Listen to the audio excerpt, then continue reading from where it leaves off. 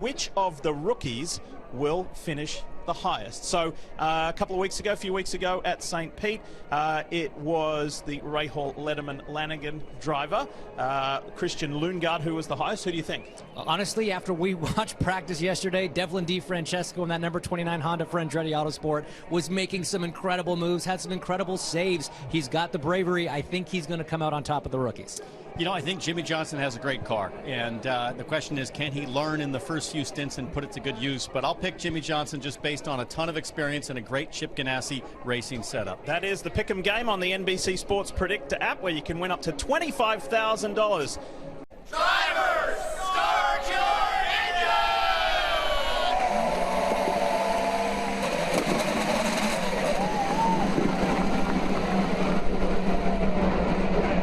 We love this moment because it's the line in the sand when all of the talk, all of the preparation, all of the speculation goes out the door. This is the XPEL 375. Somebody's gone there big time. And Felix Rosenqvist leads the field to green. It was one of the Maya Shankars that went a little early. It was Helio Castro-Neves. I think that might have been Alexander Rossi looking for a big jump. Meanwhile, everybody's going to try to fight to get to the low line. Look at him down the back straightaway. Replace a battery, but it looks more terminal than that, and that is an extremely frustrated Alexander Rossi. He can't believe his lack of luck or fortune. Just nothing is going right. Let's have a look what happened to Graham Rahal. Oh, wow, you see Rinus VeeKay moving incredibly slow there in the second lane. Graham Rahal had already committed to being high on David Malukas and had nowhere to go. You can see the rear end of Rinus VeeKay dancing around. He is hanging on for dear life out there, just trying to get to the pit window. And Graham, to your point, went way higher than he had been going. Look at Jimmie Johnson thinking, oh, this is awesome. What happened between these two guys? Well, DiFrancesco's just starting to slide up a little bit mid-corner. Sato doesn't want to have to go any higher than he already is into the dust, into the marbles. And unfortunately, he was just forced up there.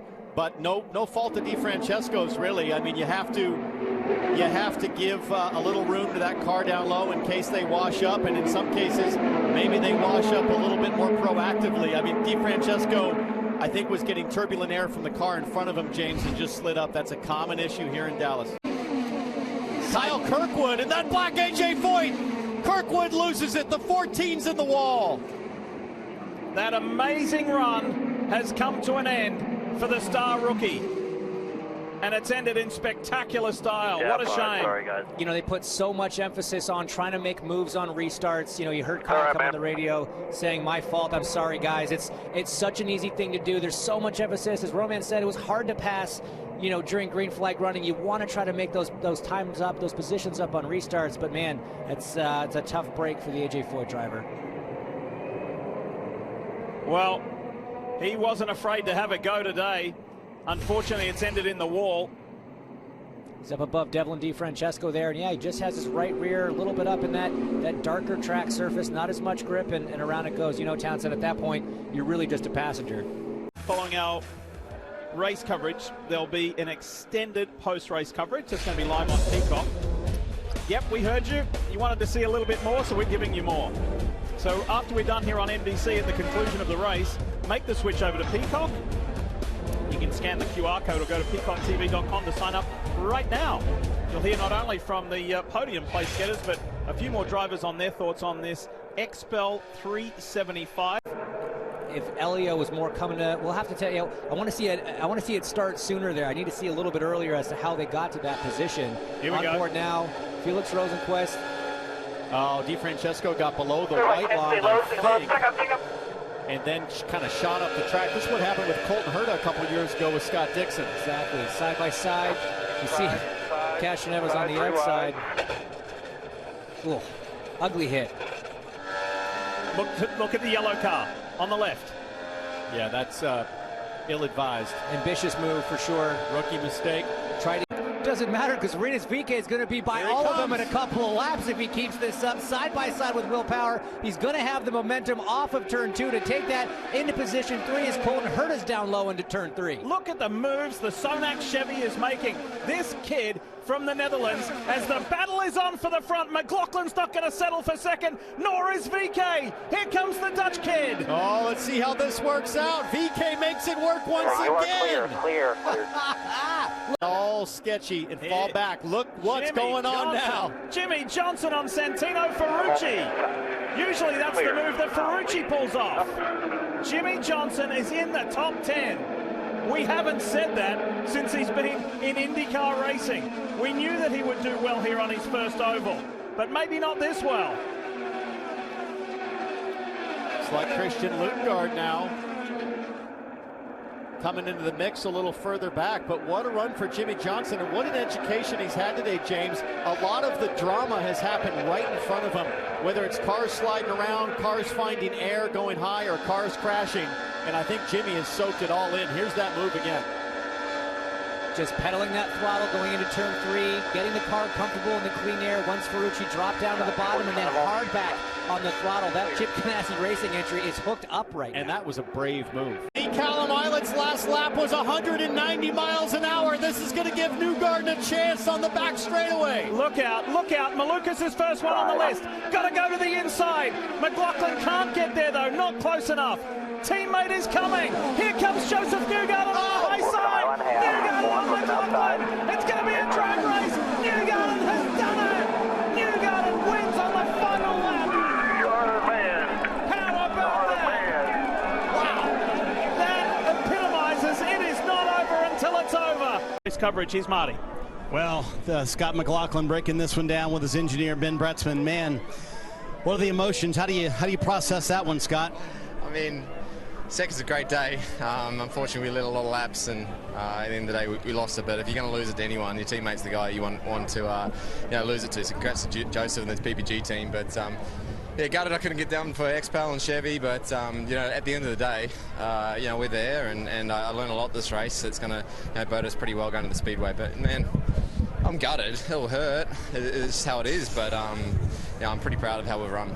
Take us behind the wheel. What was your view of what was happening, and how much of a factor do you think lap traffic was going to play? Yeah, I mean, it was always going to play some sort of a part. It's just oval racing, but I think at the end of the day, my car wasn't probably as good as it had been in traffic the whole race, and I knew I was building push, I was building tightness, and once he sort of got a wing on me on the outside there, I couldn't come up and block the line. Like that was sort of stuck, And I thought about going the outside of Malukas at the end there, and I was worried that I would push up into the grey, into the fence. So you're damned if you do, you're damned if you don't. I'll learn from this, I'll grow from this, and just get on with it. But I thought we put on a really good race. Had that not been a teammate and a good friend, would you make a different move there and maybe block that move? I don't know. I mean, yeah, for sure. Now, probably next time I think about it, but things are happening in a split second. I'm a human. I got to learn it, and it was the first opportunity of me leading a race to the end with a guy at my backside. I don't know, but I'm a clean driver. Just didn't do it today, and unfortunately that's how it is. But the guys are great pit stops. Really proud of them. Had some great fans out here today, and I'm excited for what's next in the next few weeks. To put a good spin on this, you finished second here last year. You were thrilled out of your mind. Today you finished second, and you're crushed. Yeah, I am, but that's part of the development, and we're going to keep getting stronger. And I've got a lot more to learn. I'm just thankful for turning a hobby into a profession and just enjoying it. What a drive from Scott McLaughlin. It's not the win, but it's second, Kevin. How in the world, 67/100ths of a second? How did you pull off that pass for the win? Oh my gosh, I was fuming in the car because we had all this traffic and it wasn't helping me. And then right when I needed it to help me, it helped me literally last corner, last lap. The traffic helped me out. Unbelievable PPG car in victory lane. Also our XPEL car. How about Scott? I think he led like 95% in the laps. I hate doing that to a teammate, but I was going for it just like he was. We were driving hard. Man, I was loose. I was driving things sideways off the 3-4 every lap. I was trying to get a run, but Team Chevy, what an unbelievable job, right? We showed up, got the pole, got the win for Team Chevy's camp, and just so pleased for everybody. It was so good to drive this PPG car again with Team Chevy. You mentioned the battle with a teammate. You are driving for your own team, but how do you handle that conversation now with Scott? I don't know what he's gonna say. Here he is, dude. Dude, I was livid because I was counting you with all the traffic. I had no tires left in the front. Saw that, but I was like, you know what? I went up high. I said, if I hit the fence, fuck it, I hit the fence. I was like, I didn't know if you were gonna go up there though. You ever had a more dramatic win and pass for the win than that? Never. Last lap, last corner. That's what it's all about at Texas. I hope we come back. Let's come back. Joseph Newgarden, a cowboy hat, and some six-shooters awaits. Your first IndyCar oval. Did you expect to run in the top 5 and finish 6th, though, honestly? No, that would have been, a home run. So I feel like I came very close to doing that. I hoped to have qualified in the top 10 and the race in the top 10 and missed the qualifying mark by a bit. But once we hit the halfway point in the race, I really could sense and feel the car, and it became second nature, and off I went. So I'm just very thankful for the support that I have from Chip Ganassi Racing, my teammates, team members, the fantastic support from Carvana that I've received, the American Legion, Ally Bank. We knew going over racing would help, and today got us in the competitive mix. You passed some heavy hitters, some Indy 500 winners, some champions. You touched on it. How did your confidence improve throughout this race? Did you realize what you were doing? There were a few moments, but they quickly vanished because things are coming at you so fast in these race cars. But when I was racing with Dixie at the end, I thought that was pretty cool and pretty fun. We had a little trouble with our telemetry and didn't know how much fuel I had saved, so I had to really go into conserve mode at the end, and couldn't fight for that top 5. But what a special day. Just very thankful. A big hello to my family and their support, my fan base. This is a lot of fun. On the cool-down lap, I heard your engineer, Eric Cowden, telling you great job, and now let's go win the Indy 500. That's next as far as ovals are concerned. Are you ready? Yeah, no pressure. This is a huge step in having a successful, month in May at the Brickyard. Granted, it's going to be a new track and a whole new learning curve, but all the laps that I logged in the last 2 days are going to be so helpful heading to the Indy 500.